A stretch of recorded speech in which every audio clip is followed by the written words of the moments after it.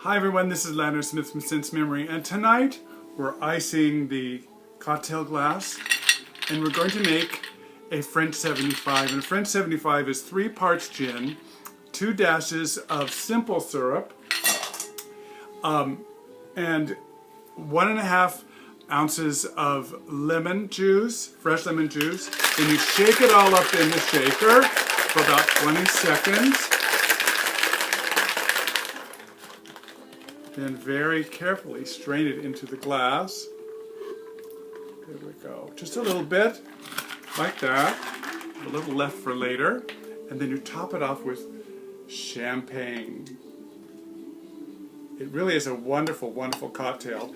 And then the final garnish is usually a lemon twist or peel, but they were out of lemons at the grocery store, so I'm using a lime. So here's the French 75. Cheers, and stay tuned for another review. One of my favorites.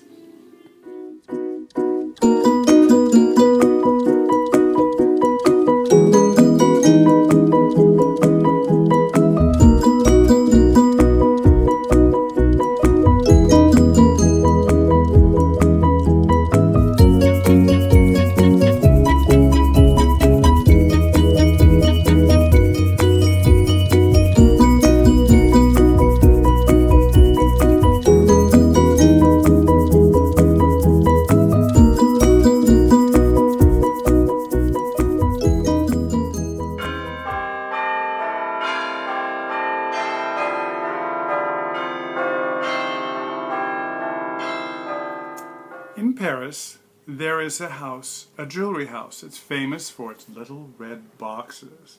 And if you received a red box like this, it meant you were in the stratosphere of society. It meant you were up there with Princess Grace, Elizabeth Taylor, Audrey Hepburn, you name it, they had it. And the house was Cartier. And when you opened that box, there was usually something very spectacular in that box.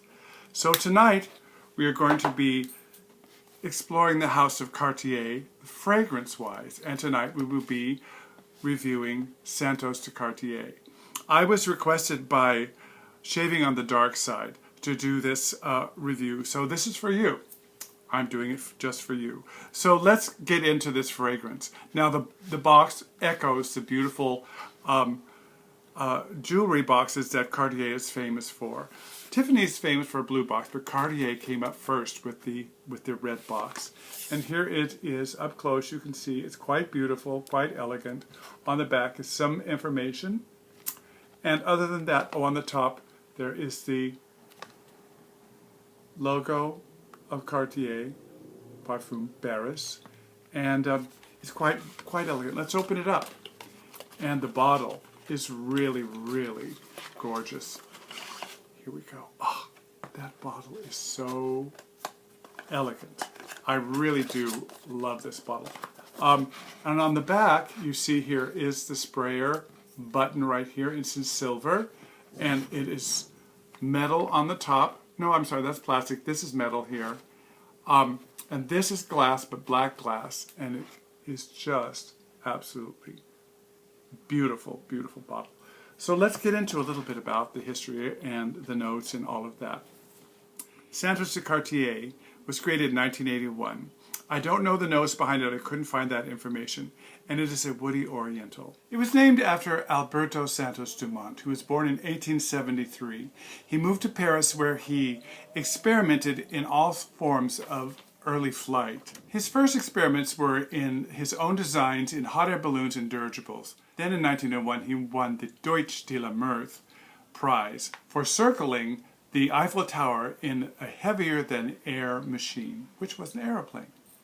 The night that he won the award, he was celebrating at Maxime's in Paris with champagne and friends, and he was with a friend, Louis Cartier, who owned Cartier, the jewelry house, and he was complaining to him that while he was flying around in his plane, he was having difficulty checking his time because he had to keep reaching in for his pocket watch. And he asked Cartier to create some kind of new watch for him that he could look at while he was flying. So Cartier came up with a watch that had leather bands and a buckle, and it was the invention of the wristwatch. In 1979, the wristwatch, along with the Demoiselle, which was the last airplane that Santos built, was displayed at the Paris Air Museum. The main accords are fresh, spicy, aromatic, woody, and balsamic. The top notes are lavender, juniper berries, basil, lemon verbena, and bergamot.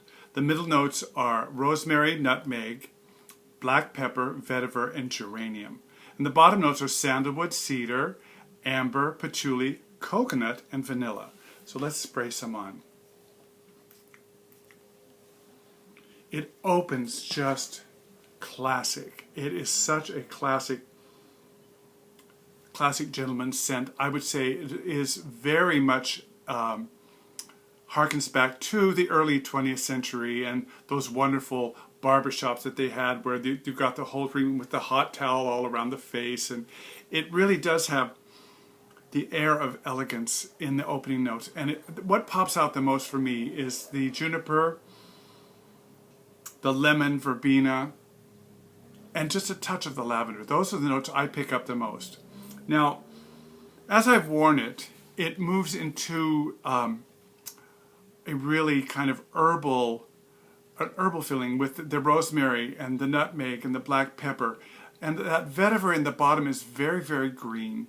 And it just continues to be elegant and sophisticated. The dry down is quite beautiful. That amber comes up, and that touch of coconut, that it really gives it a unique kind of feeling. The fragrance lasts a very long time, about 12 hours. The last 2 or 3 hours are very much a skin scent. It is an eau de toilette, and so for that kind of a performance, it is quite spectacular. And I would say that it really is best for fall and winter, but you know, in my book, you can wear whatever fragrance you want. It's all for you. Wear it whenever you want. But those of you who do care about spring and fall and winter, etc., this is definitely something more for the fall and the winter. The projection is very good. I would say about 18 inches all around, and that lasts for about 4 hours, that pushing out kind of projection. And then it pulls in, becomes more intimate, and draws people in closer. So there you have my take on this incredibly beautiful, classic scent from 1981. And it's still being made, still sold at Neiman Marcus, right up there with all of the brand new stuff. So it's quite popular.